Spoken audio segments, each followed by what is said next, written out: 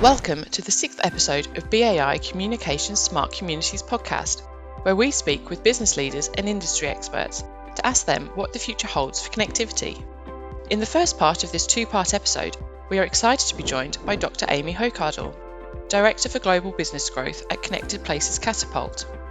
Interviewing her is Jamie Hayes, Managing Director, Streetscape, Fibre and Private Networks at BAI Communications UK. In part 1, Amy and Jamie discuss the role of connectivity in creating smart communities, as well as the role of digital innovators in developing the cities of the future.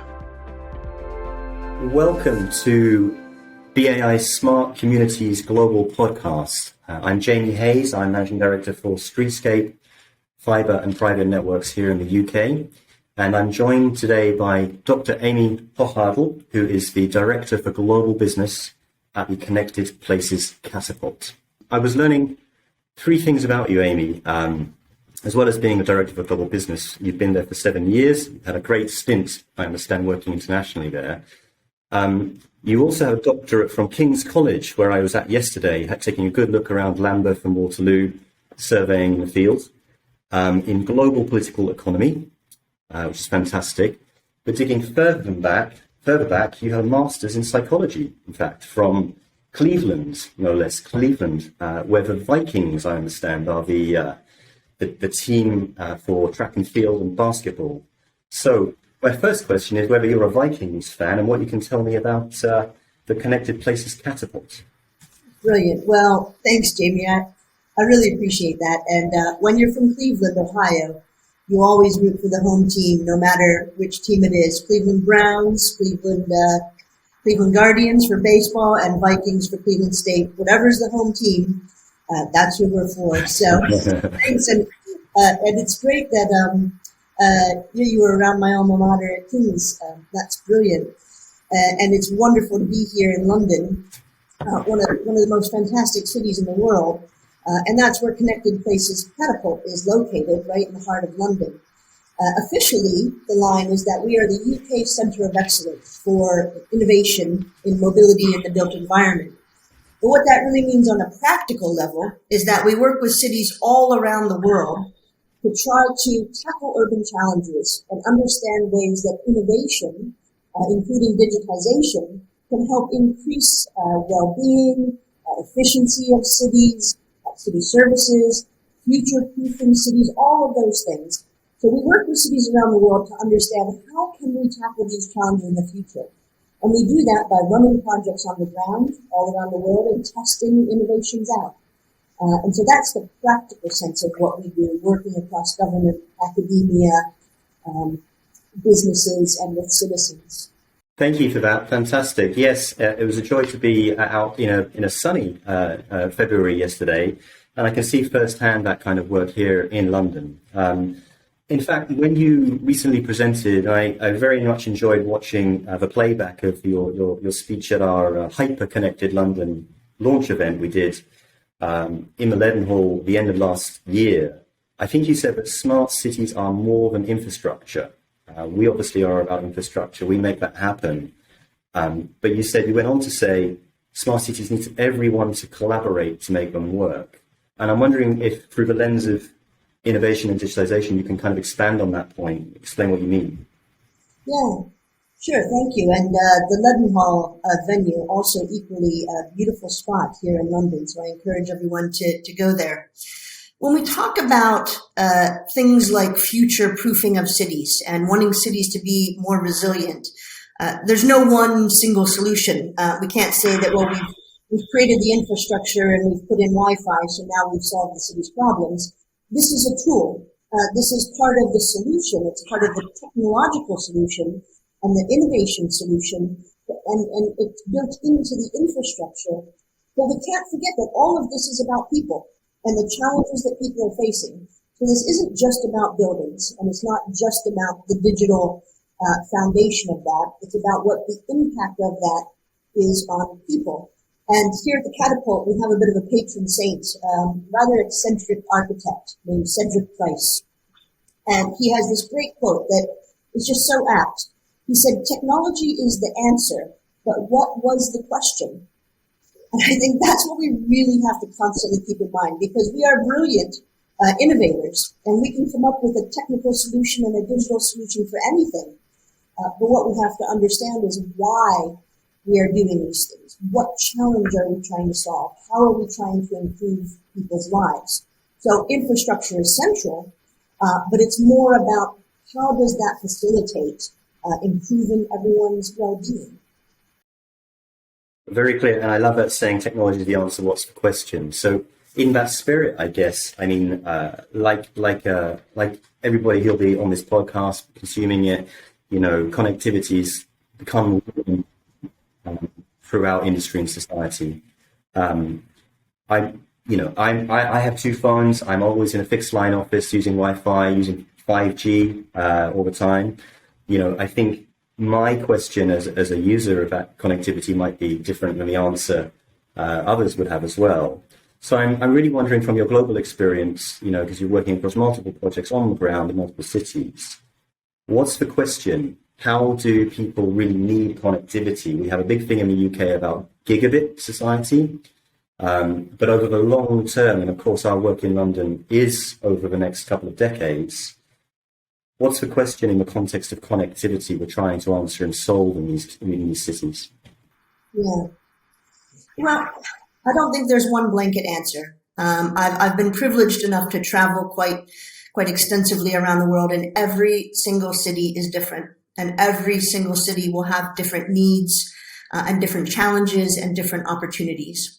So I definitely want to avoid saying that connectivity or digitization is the answer. And a lot of times these phrases, connectivity, innovation, digitization, even the phrase smart city, they come to have buzzwords. The same as 5G. It's now buzzwords. We really have to break this down to what's the practical application of this. So when I think about the digitally connected city, I'm thinking about it kind of in two respects. One is in what you're talking about in the form of, high speed, fast, reliable Wi-Fi and internet. And that's important because it's the underlying foundation, that connectivity, that digital connectivity, especially during these times. We need to know that we can connect virtually with my doctor for an appointment, or to brainstorm with colleagues online, or to track traffic and emergency services across the city. So I think about digital connectivity in the kind of hard sense of digitization, but I also think about connectivity in kind of the people sense. There's a physical side to this. I'm lucky enough to be back in my office this morning, which is absolute pleasure to see people in person. And to get here this morning, my connectivity route was that from my house, I walked and used my phone to pick up an e-scooter around the corner, booked my e-scooter, and I rode that to my local train station. I got on my local train, and I took that to the neighborhood here where our office is located in Farringdon in London. And then I walked the last few blocks to the office. That trip was seamless.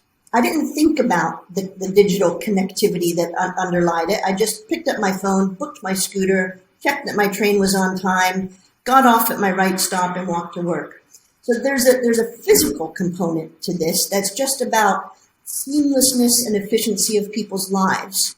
And I think that's what people recognize. They don't necessarily think about that digital underpinning of it. Now, you and I know that that's critical, and that things like 5G, or as we talk about gigabytes, and there's going to be 6G and 7G, that these are the things that enable that to happen, to create that seamless experience.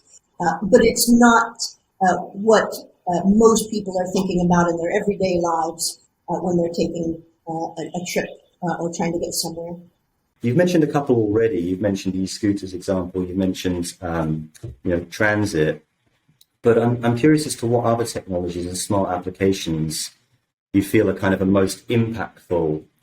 Obviously as a father, obviously, as part of society, I'm very keen to understand that. But in our business, I think it's important for infrastructure providers to keep an eye on the applications too. So I'm wondering whether you can outline some other smart applications that will really play into how we live, move and work moving forward? Yeah, absolutely. And I think that I would probably go back to some of these will be invisible. So I'm not going to recommend top 10 apps. I think what we'll see is that things are easier to use. So you mentioned about 5G and that we're kind of a gigabyte society and that we'll continuously see this increasing. This is no longer about, am I getting fast service on my phone? Can I watch a movie on the tube? This is going beyond that. This is beyond our mobile phone service. So the applications that are going to become most important in this digital connectivity are how we're connecting all of our different departments and sectors and services across the city, creating one integrated picture of a city. So you can connect traffic to utilities, to emergency services, to train services, to the development sector, what's going up in buildings. All of those should be ultimately connected. And when we talk about Gs and 5G, 6G, that's what those increases are now going to enable. For my phone, it won't matter much. But for a city in general, we'll be able to have a digital twin. Now, what would this mean for you, as a dad? Well, there's an understanding around how to get around the city. There's an understanding of better use of city services. There's a better opportunity to engage with different departments across the city. So it will make life easier, and it should connect us better. But that's because this higher bandwidth is enabling us to create buzzwords again, but we hear a lot about Internet of Things, IoT, and augmented reality now, virtual reality.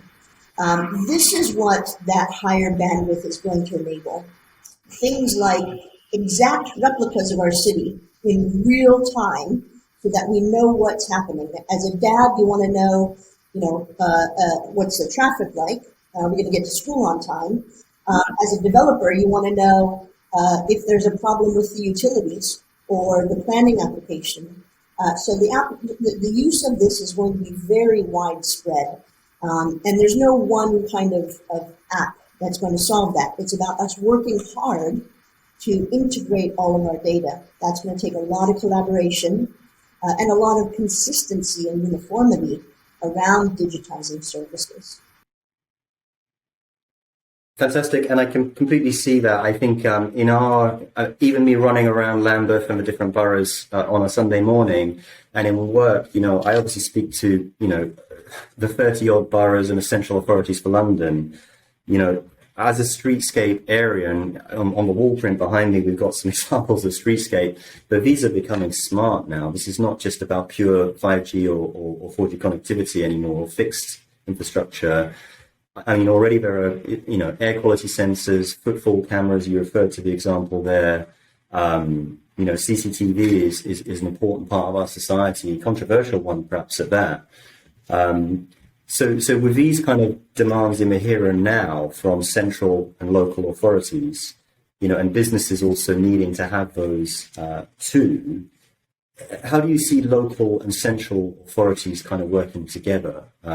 And perhaps if I can extend that into public and private sector too, because surely there's no one person that can make this happen. It has to be through collaboration, I would have thought.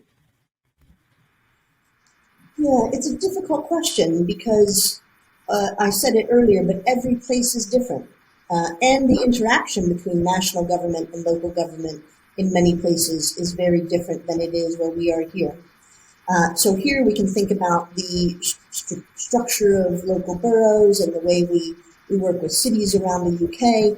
In other places, it's very much, I think about cities in India, and it's very much a top-down. There's not as much power in the hands of what would be local authorities in India to implement some of these changes. But I think we are definitely in an age of cities. And that has been, cities are at the forefront of this. Cities are feeling the impact, and with services and with the burden that they're facing. But cities are also quite advanced in what they're doing. Cities that have legislative and authority to do things tend to outpace national government in achieving better policies and standards. So we see examples all over the world of cities achieving and exceeding zero carbon or carbon reduction, far surpassing what the national government has set.